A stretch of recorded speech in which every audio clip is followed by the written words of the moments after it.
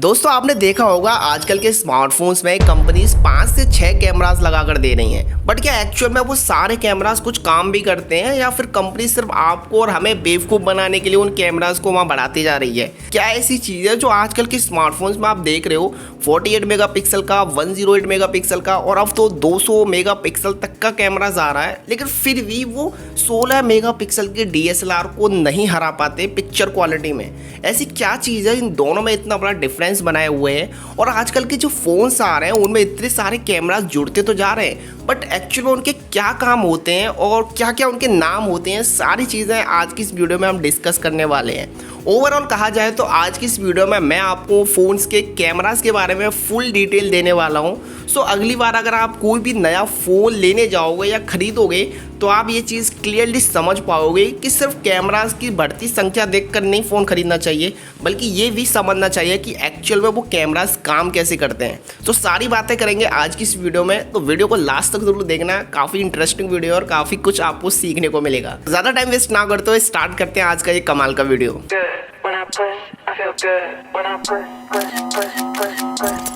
आप लोगों ने ये चीज़ नोटिस की होगी कि आज से कुछ टाइम पहले जो फ़ोन्स आते थे उनमें सिर्फ एक सिंगल कैमरा होता था जो कि 2 मेगापिक्सल या 5 मेगापिक्सल का होता था, और जिनमें सिर्फ कोई भी बंदा एक बस फ़ोटो क्लिक करता था और खुश रहता था कि हाँ भाई फ़ोटो खिंच गई।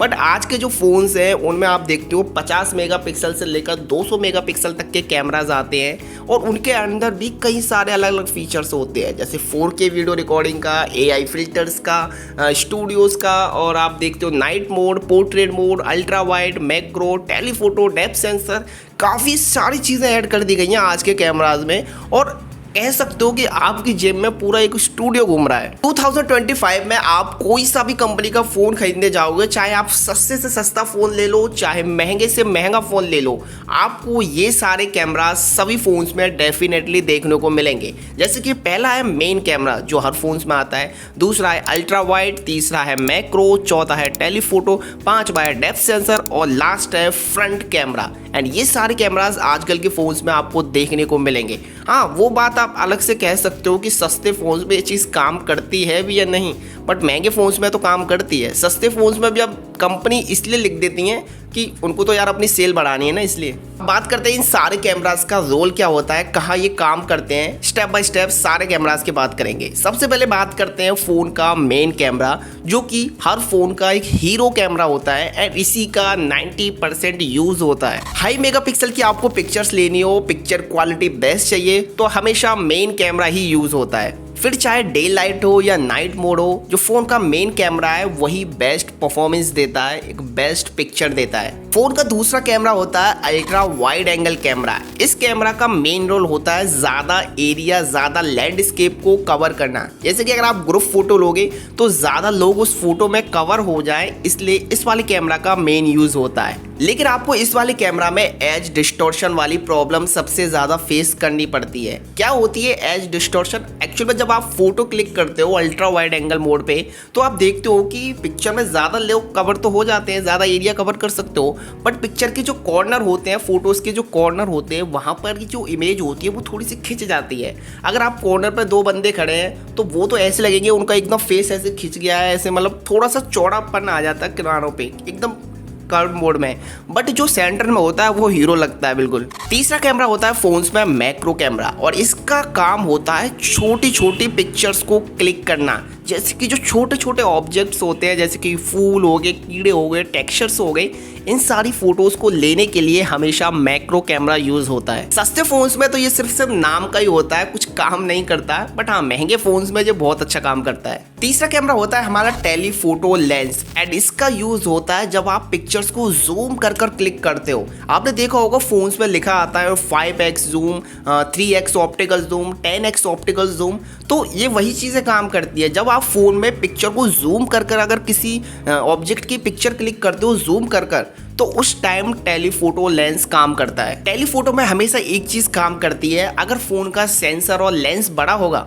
तो पिक्चर क्वालिटी भी बेस्ट होगी, अदरवाइज कुछ अच्छा काम नहीं करेगा। आप जूम करोगे पिक्चर क्वालिटी बहुत बेकार आएगी। वैसे सस्ते फ़ोन्स में यही होता है, बट हाँ अगर आप आईफोन और सैमसंग या S सीरीज़ के फ़ोन खरीदोगे तो उनमें आपको टेलीफोटो एकदम ज़बरदस्त काम करता हुआ मिलेगा और बेस्ट क्वालिटी का फ़ोटो आपको देता है। पांचवा कैमरा होता है हमारा डेप्थ सेंसर एंड इसका मेन काम होता है पिक्चर्स का ब्लर करना। जब आप किसी की पिक्चर क्लिक करते हो तो बैकग्राउंड को ब्लर करने के लिए डेप्थ सेंसर का यूज़ किया जाता है। बट इसका इतना अच्छा मतलब कैमरा इतना अच्छे से वर्क नहीं करता है जितना आज के टाइम में जो AI सॉफ्टवेयर्स आ रहे हैं वो इतना अच्छा वर्क करते हैं। यानी कि अगर आपको यूज़ करना है तो सबसे बेस्ट यूज़ यही रहेगा कि आप पहले अपने फ़ोन के मेन कैमरा से पिक्चर क्लिक कर लो एंड उसके बाद किसी AI सॉफ्टवेयर में जाकर वहाँ पे पोर्ट्रेट मोड में जाकर उसको बैकग्राउंड को ब्लर कर सकते हो और वहाँ पर आपको एक अच्छा रिजल्ट मिल जाएगा एज कम्पेयर टू अगर आप सीधे डेप्थ सेंसर का यूज़ करोगे। अदरवाइज अगर आप डायरेक्ट पिक्चर क्लिक करोगे तो आप देखोगे कि कहीं पर हाथ भी ब्लर हो जाता है, कहीं पर हमारे बाल भी ब्लर हो जाते हैं, तो कहीं पर बॉडी पार्ट कहीं ना कहीं ब्लर हो जाता है एंड इससे पिक्चर बेकार हो जाती है, फोटो बेकार लगती है। वही अगर आप सिर्फ मेन कैमरा से पिक्चर क्लिक करके किसी AI सॉफ्टवेयर में जाकर अगर पोर्ट्रेट मोड में ब्लर करते हो तो वहाँ पे आपको एकदम बेस्ट परफॉर्मेंस मिलता है।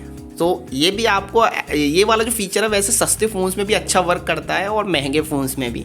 बाकी यूज़ मैंने बता दिया है, अगर आपको डेप्थ सेंसर का यूज़ करना है तो आप इस तरह यूज़ करोगे तो बेस्ट पिक्चर मिलेंगी। नेक्स्ट कैमरा है हमारा फ्रंट कैमरा एंड जब से सेल्फी वाला मोड स्टार्ट हुआ है तब से ये कैमरा हमेशा चर्चा में हो गया है। और आजकल तो आप देखोगे कि जो फ्रंट कैमराज जो आ रहे हैं वो 4K वीडियो सपोर्ट करते हैं, क्योंकि आज का टाइम है भाई रील्स बनाने का, ब्लॉग बनाने का, शॉर्ट्स वीडियो बनाने का।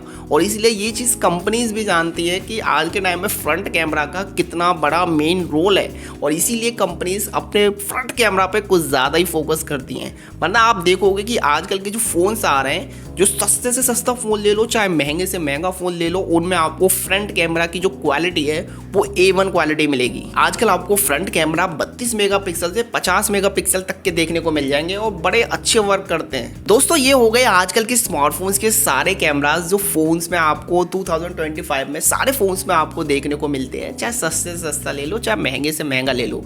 अब बात कर लेते हैं आपको किस टाइप के फ़ोटोज़ के लिए कौन सा कैमरा यूज़ करना चाहिए। एक ओवरऑल व्यूज़ मैं आपको बताता हूँ। अगर आपको सिंपल और नॉर्मल एक अच्छी क्वालिटी वाला फ़ोटो क्लिक करना है तो मेन कैमरा सबसे बेस्ट होता है। अगर आपको ज़्यादा एरिया कवर करना है, ज़्यादा लैंडस्केप चाहिए, ज़्यादा लोग हैं एक फ़ोटो में लेना है सबको फ्रेम में, तो आपको अल्ट्रा वाइड कैमरा यूज़ करना चाहिए। अगर आपको क्लोजअप शॉट्स लेने हैं, ज़्यादा एकदम पास से फ़ोटोज़ खींचने हैं, तो आपको हमेशा मैक्रो कैमरा यूज़ करना चाहिए। बट एक चीज़ याद रखना, ये जो मैक्रो कैमरा जो फीचर है ये महंगे फ़ोन्स में अच्छे से वर्क करता है, सस्ते फ़ोन्स में फोकस नहीं बन पाता है अगर आप पास से फ़ोटो खींचते हो तो। अगर आपको बेस्ट ब्लर वाला पोर्ट्रेट मोड में फ़ोटो खींचना है तो जैसा मैंने बताया था, सबसे पहले आप मेन कैमरा से फ़ोटो क्लिक कर लो, उसके बाद किसी AI सॉफ्टवेयर में जाकर आप ब्लर कर सकते हो बैकग्राउंड को, वहाँ पे आपको अच्छी फ़ोटो मिल जाएगी। अगर आपको जूम करके एक अच्छी फ़ोटो क्लिक करनी है तो टेलीफोटो का यूज़ कीजिए। बाकी जो फ्रंट कैमरा है उसके बारे में तो आप जानते ही हो, चाहे आप रील्स बना लो, चाहे ब्लॉग बना लो, चाहे आपको 4K वीडियो रिकॉर्ड कर लो, चाहे आप शॉर्ट्स बना लो, सारे कैमराज में फ्रंट कैमरा का सबसे ज़्यादा रोल होता है और आजकल उसी का सबसे ज़्यादा यूज़ हो रहा है। चाहे आप सेल्फी ले लो,